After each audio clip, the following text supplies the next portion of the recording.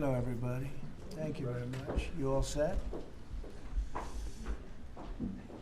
Well, we're talking about CAFE standards, a very big deal, very important. Today, my administration is taking historic action to lower costs for American consumers, protect American auto jobs, and make buying a car much more affordable for countless American families and also safer.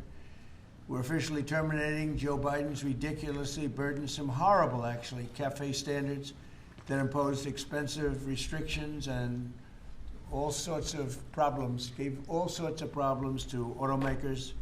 And we're not only talking about here, we're talking about outside of our country, because nobody could do it. Nobody wanted to do it, and it was ridiculous, very expensive.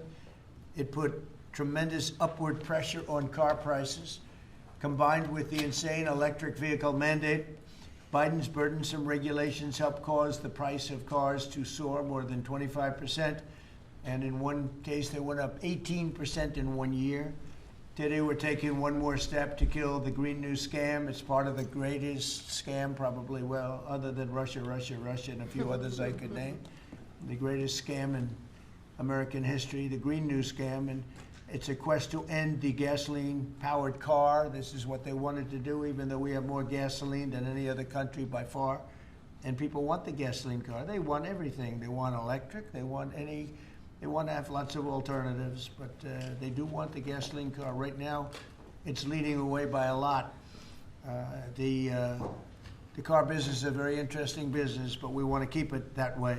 I want to thank Transportation Secretary Sean Duffy, Deputy Transportation Secretary Stephen Bradbury, as well as CEO of Ford, Jim Farley. Jim, where is Jim? Let's see.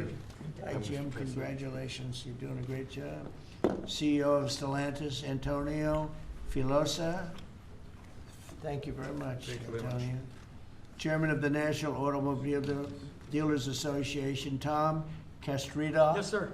Thank you very much, Tom. Great to have you. And manager of General Motors Orient Plant, John Urbanek. Yes, sir. Thank you, sir. Great to have you guys here. And you're going to say a few words in a minute about how ridiculous this was, but we've just freed you up. So you're going to have a good day. You're going to have a good number of years. Thanks as well to Senator Shelley Moore Capito, Ted Cruz, Kevin Cramer, Marsha Blackburn, Eric Schmidt, and Bernie Marino, as well as Representative Sam Graves, Vern Buchanan, Mike Kelly, Roger Williams, Lisa McClain, and Troy Balderson. All great people. These are great people. And I know there's a lot of support long beyond the people that are here. We had tremendous support on this.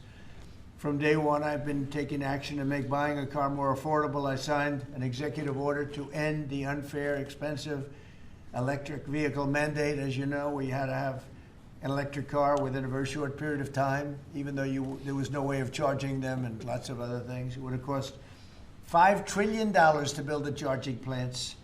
And as you know, in certain parts of the Midwest, they spent, to build 9 chargers, they spent $8 billion.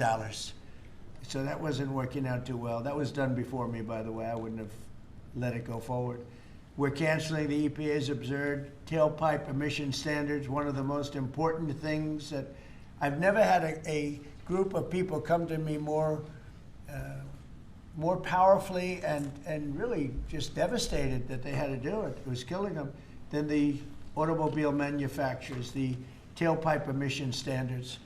And I can tell you, your people at Ford were coming to me all the time, and they were saying, like, please, it doesn't do anything, and it's killing us. And it's driving the cost through the roof. And we revoked Biden's emissions waiver for California so that California communists could not regulate the automobile industry and ruin the entire nation of automobiles. And they were doing that, too. But we have that now under control also with your governor, who's got much more than he can control. Now, under the new rules being issued today by Secretary Duffy, the Department of Transportation will rescind the Biden fuel economy prices. And I hate to say that because they were really not economy. They were really, they were anti-economy. They were horrible what they were doing to the costs and actually making the car much worse. But these policies forced automakers to build cars using expensive technologies that drove up costs, drove up prices, and made the car much worse. The action is expected to save the typical consumer at least $1,000 off the price of a new car, and we think substantially more than that. Under the Trump administration, $70 billion are now being invested in the American auto industry. Ford has announced it will invest $5 billion across its Kentucky and Michigan plants. Is that a correct statement? That's right. That's a lot, $5 billion. You could do more. Creating at least 4,000 new jobs. Stellantis announced that it will invest $13 billion to expand its U.S.-based manufacturing by more than 50% and open new manufacturing facilities across the country. And I think a big part of that is also the tariffs. Because of tariffs, they're coming in. Not only the automobile industry, AI, we're leading China in AI, we're leading everybody in AI, we're leading everybody in everything. We have the hottest country right now. I will tell you, a lot of political people behind me, great political people, very successful political people. We have the hottest country anywhere in the world. 1 year ago, we had a dead country, and now we have the hottest country anywhere in the world. And it started from November 5th, but it also started when we did the tariffs, and we've had tremendous support on the tariffs. It's bringing in trillions of dollars of wealth. It's bringing in national security. And I've stopped 8 wars, and of the 8 wars, 5 of them have been because of tariffs and trade. So they're very important. And General Motors plans to invest $4 billion as it brings its manufacturing back to the United States from Mexico. After falling by 5% under Biden, U.S. auto production has surged by 10% so far this year. You know, I won the auto workers vote, but now even the head of the auto workers said Trump is the greatest president we've ever seen. And he happens to be right about that. But we're protecting our auto workers, and we're making it easier for every family to afford high-quality cars. In other words, we're bringing automobiles back and the manufacturing of automobiles back into this country. We lost 52% over the years, 52% of our automobile manufacturing. You see it, closed factories all over the place. Now they're all opening up. They're being, in most cases, they're being knocked down, and new ones are being built in their place. And a big beneficiary is the state of Michigan, but South Carolina, even states that didn't really do too much with the automobiles, they're opening up plants. It's been amazing. So between automobile plants, AI plants, and plants of every other nation, really every other type, including chips, we're going to have a big percentage of the chip market very soon, not because of the CHIPS Act, which was horrible and ridiculous, where we just gave these companies billions and billions of dollars, and they just kept the money, but because of what we did with tariffs. They have to build here, otherwise they're going to have to pay tariffs. They won't be able to do business in the United States. And we're going to have a big percentage of the chip industry. As of about a year ago, 2 years ago, we had none. And now we're going to have a very big percentage when it all finishes out. So I'd like to ask Secretary Duffy to speak, and then Mr. Farley, and then Filosa, and Urbanik, and Castrita. And also we're going to ask some of our political leaders to speak, because let me tell you, they went out of their way. This was not easy. And people were brainwashed. This is a green new scam. And people were paying too much for a car that didn't work as well. And now they're going to have a great car that's going to be environmentally friendly, but it's going to cost you a lot less, and it's going to work great. All of the nonsense is being taken out of the cars. So, Secretary Duffy, could you say a few words? Thank you, Mr. President. So yesterday at the cabinet meeting, the president was talking about affordability, and the way that Democrats talk about affordability is a lie. Today is a perfect example of that. So these CAFE standards used what was contrary to the law. The Congress set a rule that says you have to look at combustion engines. Biden and Buttigieg actually did an analysis using... Buttigieg, I'm sorry. Buttigieg used EVs and hybrids to come up with a 62 mile an hour per gallon standard, which I think the car companies will tell you is completely unattainable. So they spent a lot of money on technology trying to meet the unattainable standard, driving up the cost of a car, number one. And then number two, if they couldn't meet the unattainable standard, they had to trade for carbon, costing billions of dollars, and again, driving up the price of the car. So, Mr. President, what Democrats were doing were not making cars more affordable, they're making them less affordable. The consequence of that is going to be that more Americans can afford to buy a new car, which means they're going to be safer on the roads because of all the great new technology we have that save lives. So we'll have less death on American roads. These rules are going to allow the automakers to make vehicles that Americans want to purchase, not vehicles that Joe Biden and Buttigieg wants them to build, which is important. But also, this is important for American jobs. The more cars we sell, the more jobs we have in this country. And so this is jobs, this is freedom, and this is common sense, Mr. President. So thank you for your leadership. And I appreciate what the Senate did with the big, beautiful bill and what we've done here today. So thank you, Thank you Mr. very President. much. A big, beautiful bill is, it's something. It's amazing. Wait till the people see the benefits and the lower taxes that they're going to have, lower regulations. So, how about Ford? Mr. President and Secretary, all the important lawmakers here, competitors, today is a victory of common sense and affordability. We're very proud of Ford to be the #1 auto producer in our country. 80% of the vehicles we sell here we make in our country. Great. And we never left, unlike many of our competitors. We're the #1 exporter, and we have the most auto factory workers. And this CAFE standard that is aligned with customer demand is the right move for a lot of reasons.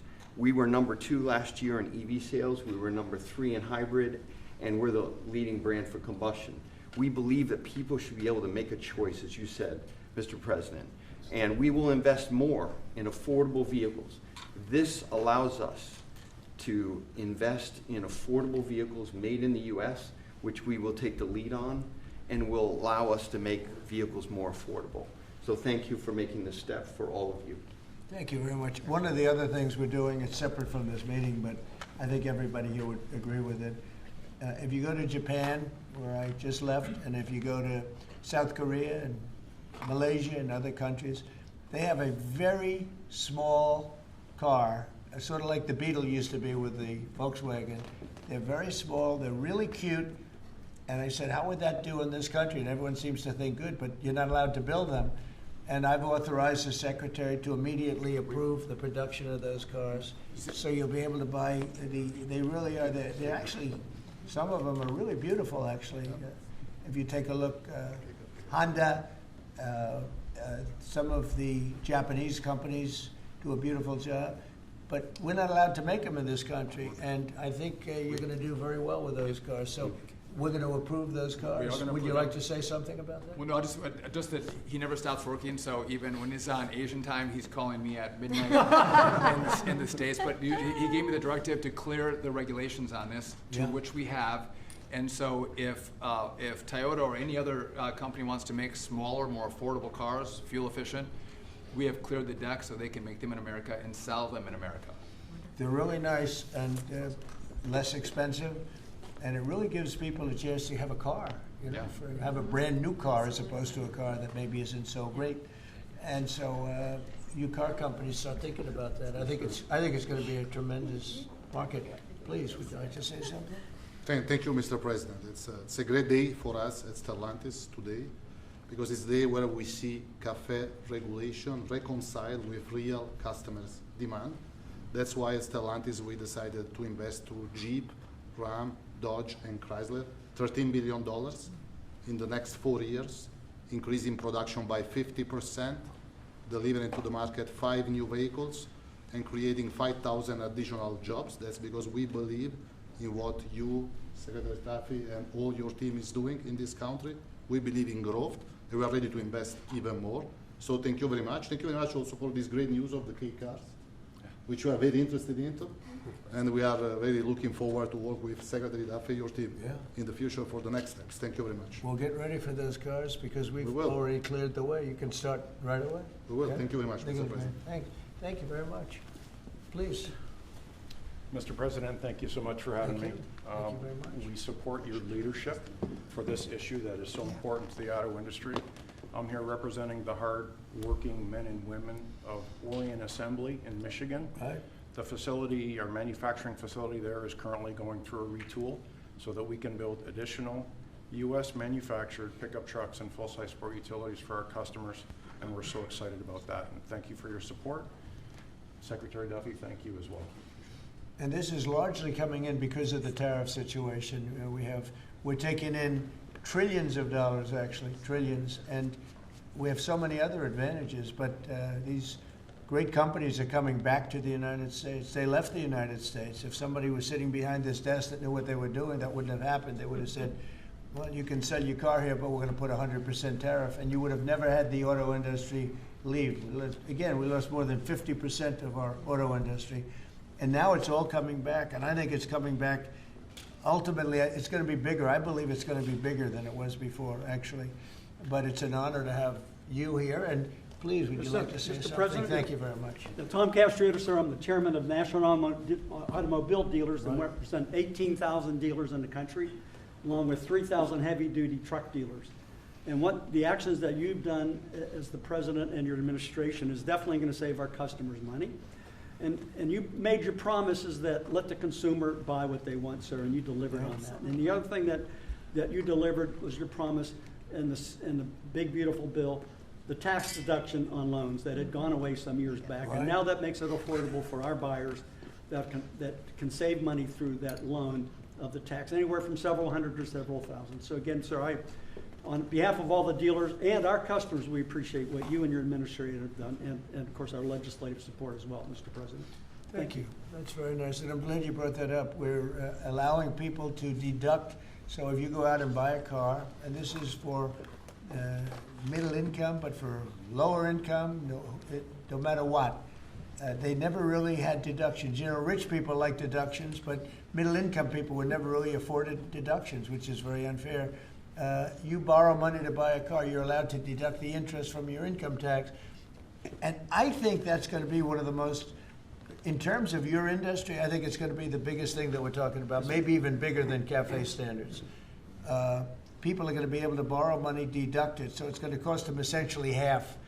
And they'll be... It'll help, yes, sir. I think it's going to be a tremendous factory. They've never had a chance to do that before. And that's all done. That's all in the great, big, beautiful bill. So it's really terrific. I'd like to ask a couple of our political leaders to say, because you guys have done an amazing job. This was something that was going to be very tough. We had to fight lunatics to get it done, and they had no answers. You know, it's you just present them with the facts, and they just say, well, we're just not going to vote for it. They couldn't talk about it, but they didn't want to vote. I see Mike Kelly, my friend back there, has been with me from day one, right? Yep. What do you have to say, Mike? Well, you know what? I think you hit the key. Everybody's talking about the same thing. In America, look at the way they like each other. You can see there's no hatred between these two guys. no, as long as I beat his price, we're friends. No, but you hit it nail on the head. The American people have always been able to choose what they want to buy. Right. They don't want to be taken out of a market by people who, quite frankly, don't even drive their own car, and saying this is the way you've got to go going into the future. And say, well, you may say that, but you're not in the market. You have no idea. And I know the business we're in. At the end of the day, if you were there with me, I'd say, oh, Mr. President, other than price, what's keeping you from taking the car home today? It's always price. And the fact that we can build a car that's affordable, that people want to buy, that's the key to it. What you've done is unlock the most ridiculous statute that ever came in with CAFE. It wasn't done by the Congress. It wasn't done. It was done by President Obama after the courts failed on it. So thank you for doing what you're doing. You're making America great again in every single way. Thank you. Thank you. It's going to be so big for the auto manufacturers. People aren't even going to believe the impact this has. You know, Mike used to come to my rallies all the time, and we'd have a rally. It was like 0 degrees. It was freezing. Everyone, and he'd sit there without a shirt on. And I didn't need that, you know. I didn't say it was pretty, but he would sit there in the cold, and he didn't mind it at all. I said, "That's one tough cookie, right?" You lit it up. We didn't need any heat. You were there. We had a good time. We had a lot of great rallies. We right? did. We did. Sir. Pennsylvania. Please, Mr. Congressman. Thank you, Mr. President. I represent the dealer body. I'm a dealer, and we got some other dealers in here, but this is huge for the dealer body, the local car dealer. We're going to be able to sell what the customer wants. The manufacturer's going to make what the customer wants. We've got all kinds of options to the big bill. It's going to enable people, as we talked about, to deduct payments and so forth. As we say in the business, they've never been cheaper than they are today, Mr. President. And it's going to be a great opportunity for the dealer body to sell what consumers want. And 99% of the businesses in America are small businesses. Many are car dealers, employ a lot of people. It's going to be a great year for us. We appreciate your leadership. And we appreciate, from a retail standpoint, we appreciate the manufacturers, going to step up and build cars that customers want and that we want to sell. So thank you very much. It makes it a great country.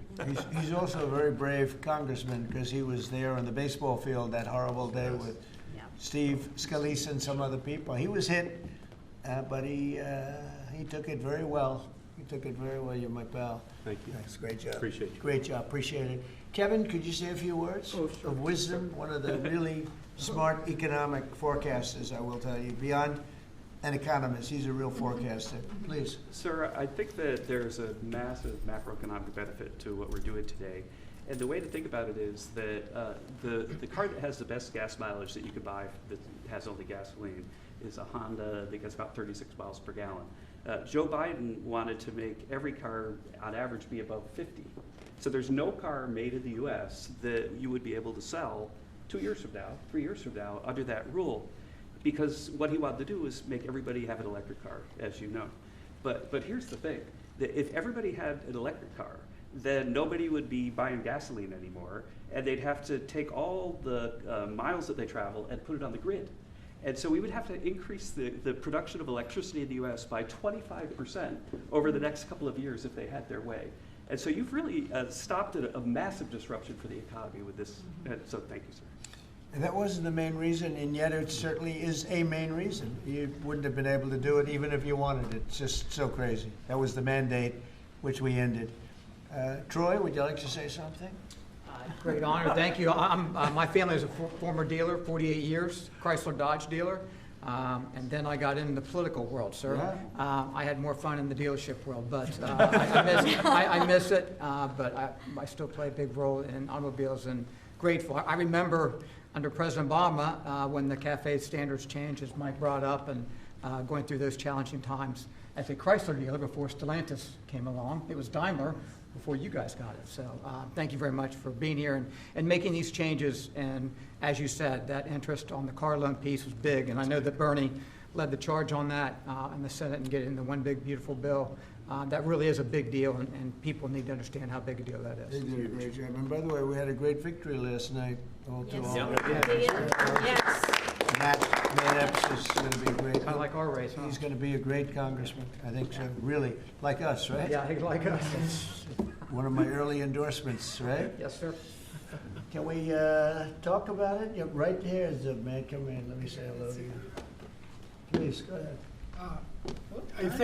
Thank you, Mr. President, Thank you. for your leadership. But the thing I've admired most, you've been in business, you've been in the battles over the years, and you're helping us lead us out. Most people that are up here have no idea about business or small business. That's It makes true. a big difference. One is. Number two is, I would just say in terms of the tax stuff we're talking about, one of the things that get missed, and I'm in Florida, Sarasota region, is the ability to deduct.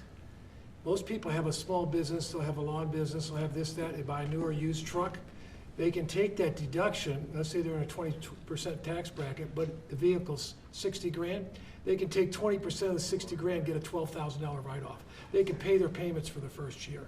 That's a powerful tool we don't talk about, I don't know why, but at the end of the day, because of what you've put in place, full expensing, Right. that's the tool that Big. would use.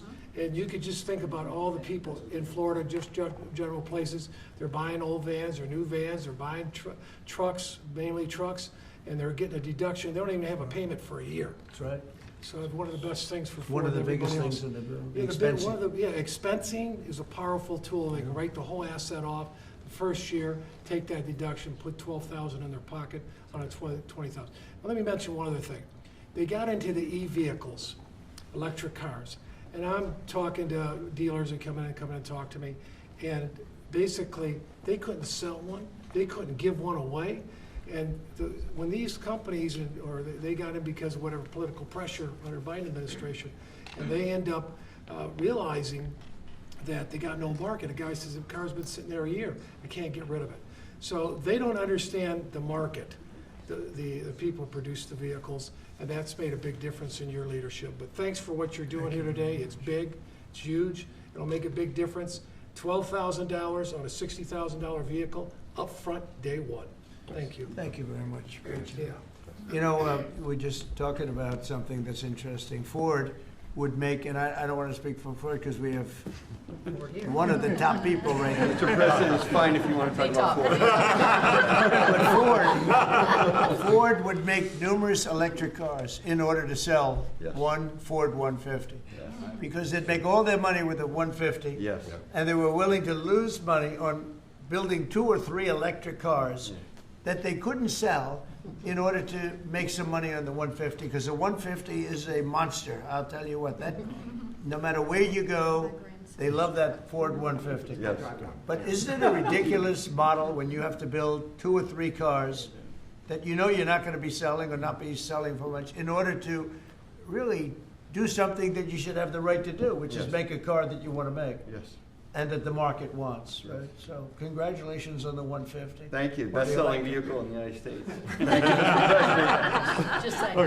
Now it's 100% built in the United States. Now it's only going to do, no, but it really is, it's amazing. It's an amazing brand. There was a lot of stupid things done here. What would you like to say? Yeah, I thank you, Mr. President and Secretary Duffy and all of us. You know, one of the last times I was here is when you signed the electric vehicle CRA, Congressional Review Act, that all of us participated in. The beginning of really making common sense, because it was going to impact 17 other states and really a large part of our economy. This is about affordability here. I'm just going to say one thing. Well, maybe I already said one thing, so now I'm going to say 2 things. When we talk about a car and auto, we sort of talk about just, oh, we need a car. Do you know what a car does for a family? You can take your children to school, you can go to the store, you can visit your mother, you can go to church, you can have a job, you have the flexibility that you need. A car for an American family is about a roadway to prosperity. Big deal. It's a big deal.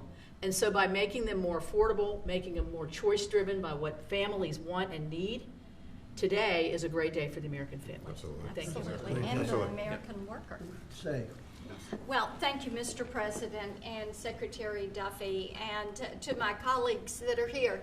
In Tennessee, we make great automobiles, and we have a fantastic workforce. And whether you're GM or Ford, with their new investment in Tennessee, or Nissan or VW or Toyota with the engine plant, what you see is the components that are necessary to build these cars. And removing these standards and making cars more affordable does mean that more people will purchase them, but it also means we're going to have to make more cars to meet that demand, and for Tennessee, that is a great thing. So, you know, I'm just sitting here and I'm thinking, like, we have the biggest auto manufacturers in the world. They're talking about investing billions and billions. They're investing it as we speak, but billions and billions of dollars in our country. Thank you very much. And they're here. They're not like, well, maybe we'll do it. They're doing it because of tariffs, and they're doing it because of maybe they like the president, and we're doing things like this for them, which frankly, no matter who you are, this should be done. And we're doing things like deductibility of interest when you borrow money. To buy a car, you're allowed to deduct it from your income tax. That is a massive tax cut for people that probably are going to be trying to buy that car anyway. And I really think that that interest factor is going to be one of the biggest things. When I was proud of that because I thought of it, and it seems so simple. Other people are allowed big interest. If you're a rich person, you're allowed to have big interest deductions for different things you do. But if you're a middle-income person that has to buy a car, you were never entitled to anything. And now you're getting a full interest deduction on the loan. And I think that's going to have one of the biggest impacts. But we're here with companies that are investing tens of billions of dollars in our country as we speak. It's not going to be in 2 years or 3 years. A lot of it's because of the expensing provision in the bill, in the big, beautiful bill. But a miracle is happening in our country. It's a miracle. This is just the auto industry, but we have other industries where it's the same thing. They're building all over our country, and this is a revolution is happening. It's a business revolution. It's a jobs revolution. It's a car revolution. We're bringing back the car industry that was stolen from us because we have people that didn't know what they were doing sitting at this desk. They put the wrong people in because they weren't advised properly. And this is really an incredible thing that's happening. Go ahead, Kevin. Well, thank you, Mr. President. And I think in many respects, pretty much everything that could be said has been, except that I think what Kevin talks about in terms of the cascading economic opportunity from this one single event is just the tip of the iceberg. When you think of all the rules and regulations that you have repealed, I think it's more important, frankly, than the tax cuts. However, in the Working Family Tax Cuts Act, remember we made permanent a lot of really good policy from the first Trump era, not the least of which for small businesses is bonus depreciation. The opportunity to depreciate the year that you purchase an F-150 for your small business or a large truck for your farm. I just think we're going to roll into 2026 and we're going to see an escalation of economic opportunity, the likes of which I probably have never seen. I think nobody's ever seen it, nobody in the world, because there's never been 18 or whatever it ends up being. In 10 months, we have $18 trillion being invested. We never had $1 trillion being invested. And Biden had much less than that. Think of it. He had less than $1 trillion over 4 years. We have $18 trillion in 10 months, and it's actually as of 9 months. So there's never been anything. Eric? Yeah, Mr. President, thank you. And on behalf of the people of the great state of Missouri, who we actually make things from F-15s to F-47s now, thanks to you. We'll be building the F-47 and then F-150s. And those are real jobs, and we make things in Missouri. This is going to go a long way, I think, for making things more affordable for normal people. Nothing could be more American than driving a car on a highway, and this is going to make that more accessible for more people. So thanks for your leadership. Your state's doing a great job. Yeah, well, they love you too. It's a great place. Thank you. Please. Thank you, Mr. President. I'm going to talk to you just a minute from a rural perspective, because these CAFE standards were absolutely unworkable in rural Missouri. We need vehicles that are practical and affordable and can haul for our small businesses, for agriculture, and it just simply didn't work. Those CAFE standards didn't work. So I applaud you and Secretary Duffy for your hard work and what you're doing on behalf of rural America. Well, it was keeping a lot of manufacturers out of our country, too. They said, we're not going to, are you crazy? Yep. They thought, outside manufacturers thought we were absolutely insane with all of the different things that were just made up nonsense. It was like made up. It was really made up by people that hate our country. I really believe. Does anybody else have anything to say? I'd say about two quick things, Mr. Oh, President. go. Bernie, I didn't see you. Two quick things I think are really important. So the person who sat behind this desk before you gave $7,500 in subsidies to multimillionaires who are leasing electric Rolls Royces, electric Porsches, electric Lamborghinis. We're getting $7,500 from the taxpayer. And these Democrats sit on this floor and say that Republicans are for millionaires and billionaires. We are the opposite of giving $7,500 to multi-billionaires to lease foreign electric vehicles. Number two, because of your policies, at the beginning of the year, 51% of the cars sold in America were made in America, 51%, before you got sworn in. Last month, that number was 57%. We moved it 6 points, which nobody thought would be possible in 4 years. We did it in 10 months. That's something that maybe the news should cover a little bit more. And we've driven down the price of automobiles. The car prices for consumers are down before you did. Just about everything is down. You know, this whole thing is, they use the word affordability. It's a Democrat hoax. They're the ones that drove the prices up. And all they do is say, affordability, and you're supposed to say, oh, that means they had low prices. No, we inherited the worst inflation in the history of our country. They say 48 years, but let's say that's history. I don't believe that. Biden had, because of his stupid ways and between his energy policies and his spending policies, we had the worst inflation in the history of our country. And now our prices are coming down, and they're coming down for cars, and they're coming down.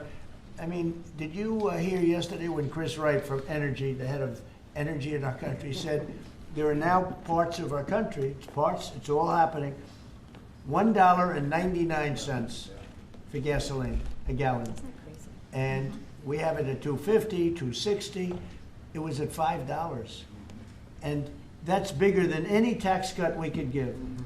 You know, for the average family, that's considered bigger than any tax cut. So the word affordability, when they mention it, you ever watch them? It's all about, I saw the young lady that lost last night. She lost by a lot more than they thought. And we have a great new candidate in Congress, really great, Matt Van Epps. But I saw last night, she said, it's all about affordability, all about, they never talk about like the specifics.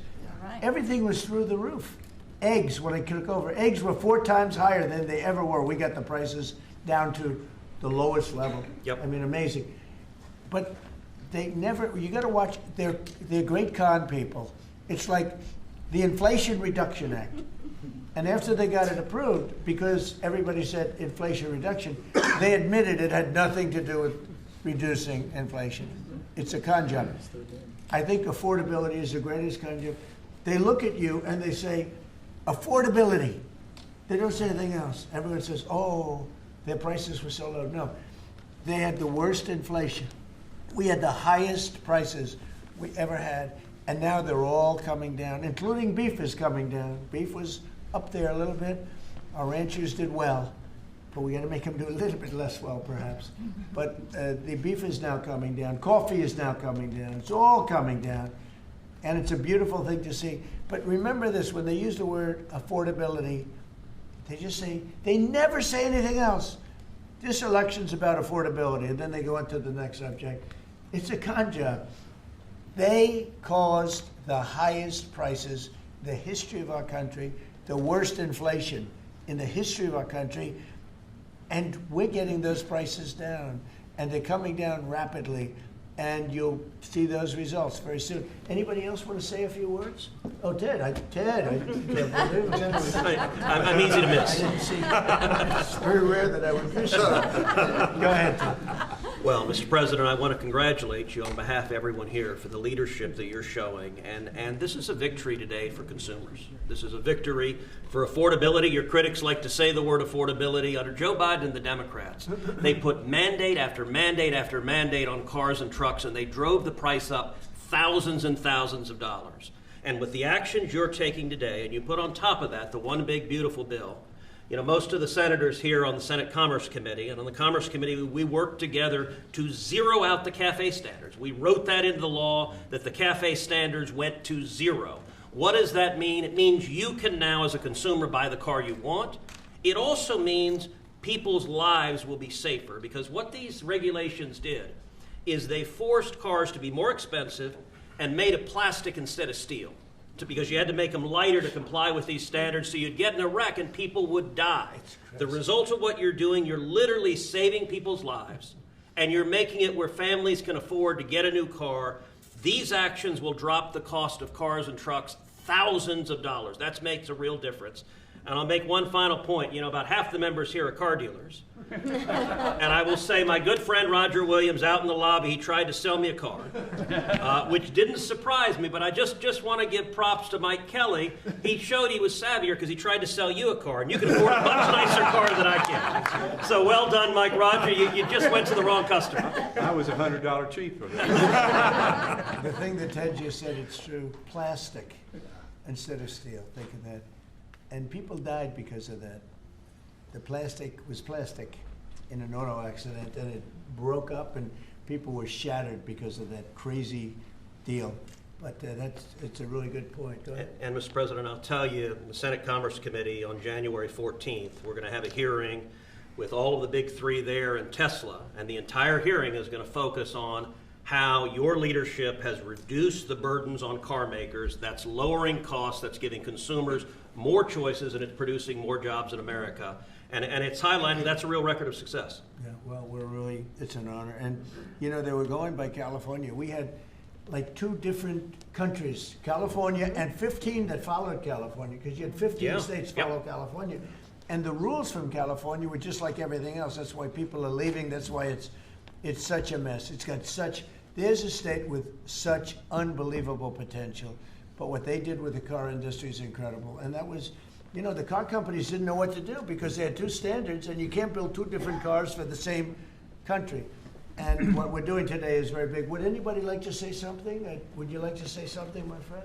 I just want to say thank you. Yeah, thank you.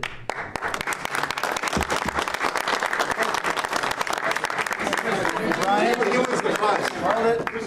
Brian, and we love you, Brian. Oh, I love you too, Mr. Okay, President. he's a good man. Well, Go I ahead. appreciate that. I've always said you've tackled the three M's: mortgage, munchkins, and marriage. You've solidified all of those. I'll add motor vehicles to that now.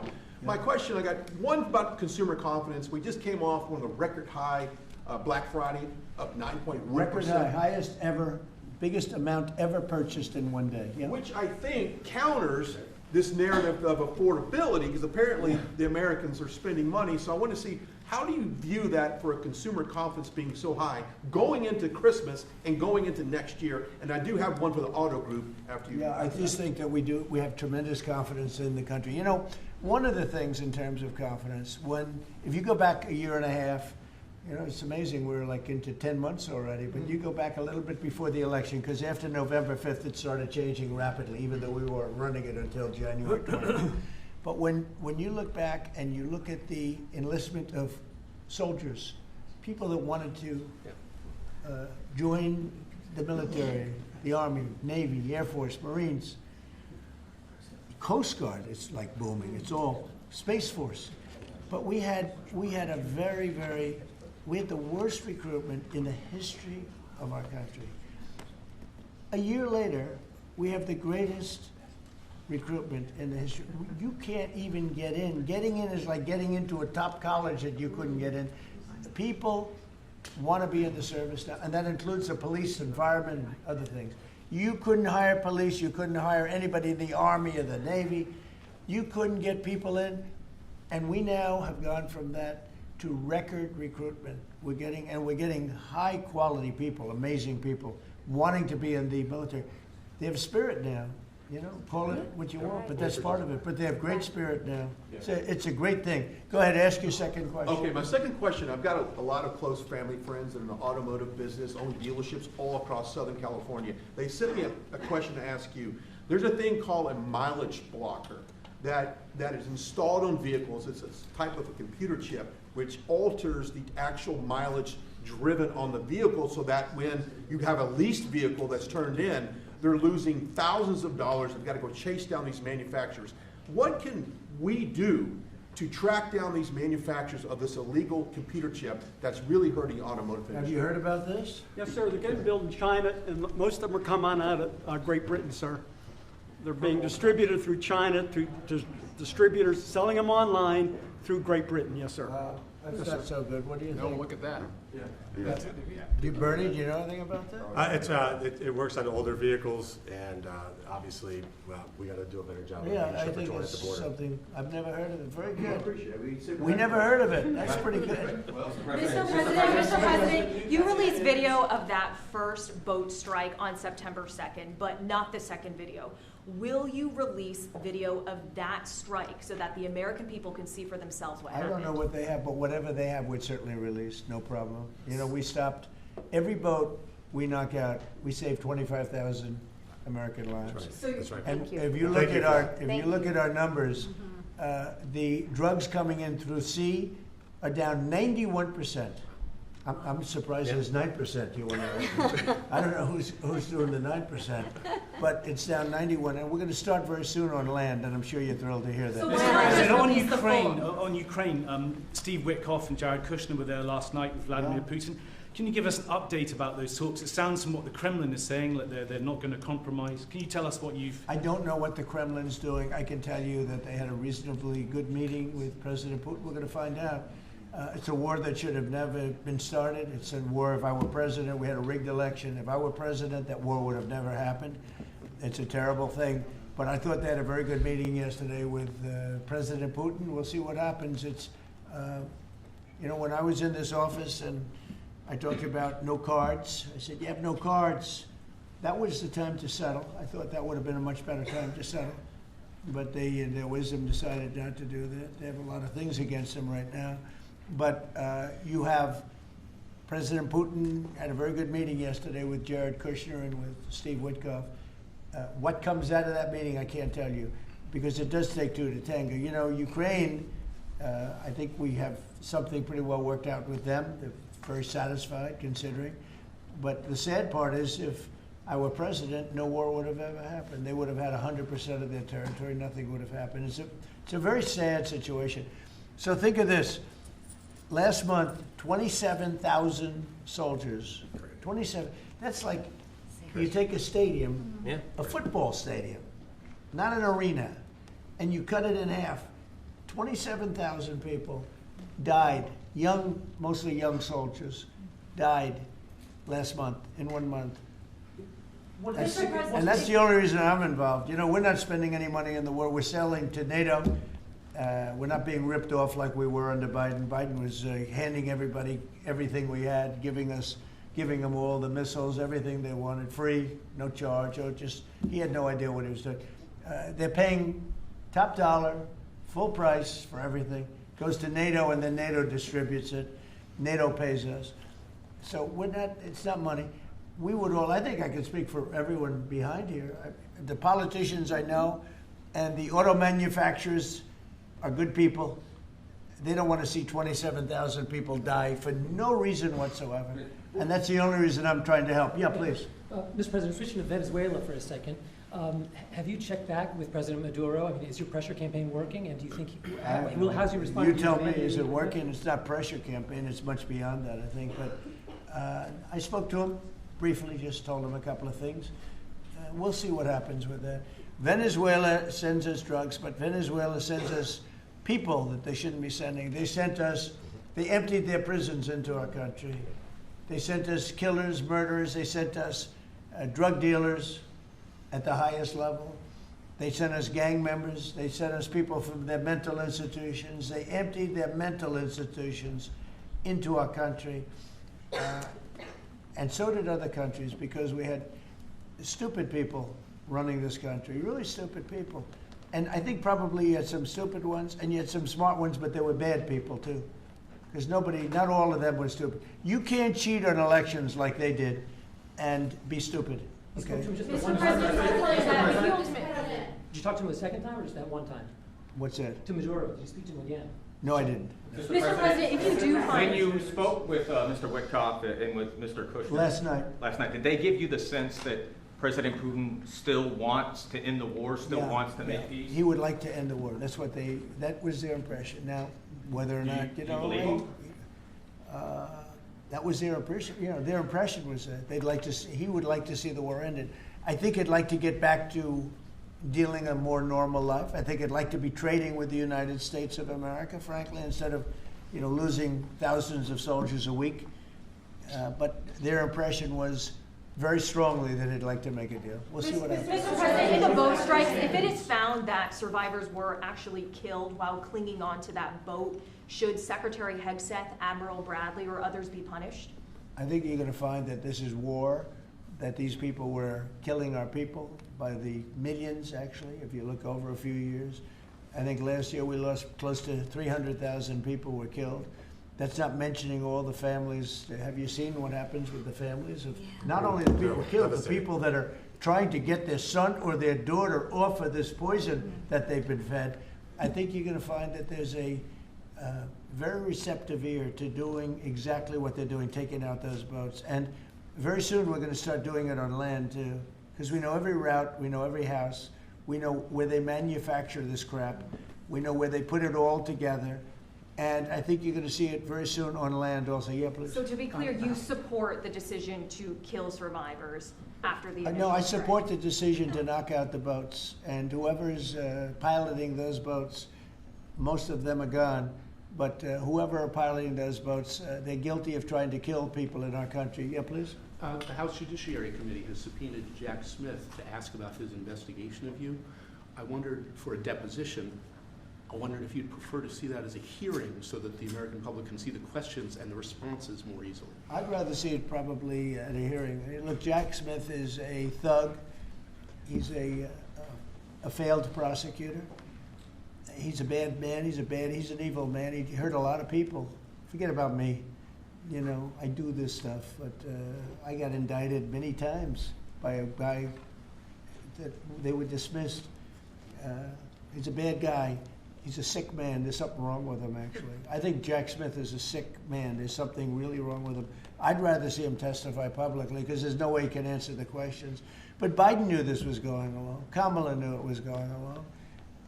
And there's a lot of things happening right now that they don't like. One of the things is the auto pen. Everything he signed, almost, with the exception of the pardon of his wonderful son, Hunter, just about everything he signed was not signed by him. He had no knowledge of it. He didn't know what it was. People sitting around the beautiful Resolute desk knew exactly what it was. And those people are guilty, in my opinion, of a major crime. Everything that was signed by that auto pen, the man operating the auto pen, and I'm sure there are more than one, because I think some of the people can operate it themselves, some of the high-level people operated themselves. They would just go in and sign his name with an auto pen onto very important documents, not only pardons, but policy, maybe CAFE standards, okay, as an example. Who signed CAFE? If you ask Biden what's a CAFE standard, he would have absolutely no idea. He'd say, where is the cafe located? The guy didn't know anything. Look, that just shows you what a rigged election can be. But you understand what I'm saying. Thank you. Mr. President, the video, you've had conversations with Jensen. Right. So, smart man. In your conversations with him, have you kind of given a sense of where you are with export controls and the types of chips that NVIDIA can give to China? He knows very well. He's done an amazing job. NVIDIA, very good. Yeah. Mr. President, when do you expect for phase 2 of the Gaza peace plan to be implemented? And well, it's going along well. You know, they had a problem today, I understand, with a bomb that went off and hurt some people pretty badly, probably killed some people. They're telling me it just happened. But it's going on very. We have peace in the Middle East. People don't realize it. We have tremendous support. 59 countries. There's tremendous support. But phase 2 is moving along. Yeah, it's going to happen pretty soon. Mr. President, did you speak with House Republican leadership about your decision to pardon Congressman Henry Cuellar? And are you concerned that you made a vulnerable Democrat perhaps less vulnerable with that decision? It didn't matter. He's a respected person. He was treated very badly because he said that people should not be allowed to pour into our country. And he was right. He didn't like open borders. He was on the border. You know, he represents a very respected man. He represents the people on the border. And he saw what was happening. And as soon as he made that statement, I then said, I'll bet he gets indicted. And that's what happened. You know, I put out my truth from that. Well, I did a truth. Wonderful truth. We love truth. But what happened is he got indicted for speaking the truth. And his wife got indicted, Imelda. And that's sort of a first. Usually they leave the wives alone, right? Don't they, Congressman? Typically they indict somebody, put him in jail for the rest of his life, but the wife can just sit home and cry, or she'll find a new man, you know? A lot of times they find a new man that makes them much happier. In fact, a lot of times they like that man better than the one that's in jail. Go ahead. Mr. President, thank you. The mayor of Minneapolis, Jacob Frey, is saying that he's actually proud to have the largest Somali community in the country, and his police chief. Well, then he's a fool. Well, his police chief is also saying. I wouldn't be proud to have the largest Somalian. Look at their nation. Look how bad their nation is. It's not even a nation. It's just people walking around killing each other. Look, these Somalians have taken billions of dollars out of our country. They've taken billions and billions of dollars. They have a representative, Ilhan Omar, who they say married her brother. It's a fraud. She tries to deny it now, but you can't really deny it because, you know, it just happened. She shouldn't be allowed to be a congresswoman, and I'm sure people are looking at that. And she should be thrown the hell out of our country. And most of those people, they have destroyed Minnesota, okay? Minnesota, you have an incompetent governor. You have a crooked governor. He's crooked as hell, but he's incompetent. Walz he should be ashamed. That beautiful land, that beautiful state, it's a hellhole right now. And the Somalians should be out of here. They've destroyed our country. And all they do is complain, complain, complain. You have her. She's always talking about the Constitution provides me with, go back to your own country and figure out your Constitution. All she does is complain about this country. Without this country, she would not be in very good shape. She probably wouldn't be alive right now. So Somalia is considered by many to be the worst country on earth. I don't know. I haven't been there. I won't be there anytime soon, I hope. But what Somalia, what the Somalian people have done to Minnesota is not even believable. It's not even believable. And a lot of it starts with the governor. A lot of it starts with Barack Hussein Obama, because that's when people started coming in. And you have to have people come in that are going to love our country, cherish our country. They want to kiss our country goodnight. They talk about our country. We want them to pray for our country. This is not the people living in Minnesota. And she's a disaster. She should not be, and her friends shouldn't be allowed. Frankly, they shouldn't even be allowed to be congresspeople, okay? They shouldn't even be allowed to be congresspeople because they don't represent the interests of our country. Anybody else? Mr. President, you on Somali immigrants. The automakers spent billions on meeting the Biden EV rules. Should they be able to recoup that somehow, given the change? And there's a question about the violation. No. I'm not letting them recoup. They're going to do just fine. You know how they recoup? From this point forward, they'll do very well. Can you also talk about the USMCA and what you're thinking about renegotiating that with the automakers? Well, we're that's just an ongoing thing. It expires in about a year, and we'll either let it expire or we'll maybe work out another deal with Mexico and Canada. But look, Mexico and Canada have taken advantage of the United States, like just about every other country, in all fairness. If it's not them, I'm not blaming them. But every country, because we had stupid people running our country. We had a lot of stupid people running. That's why we have $38 trillion in debt.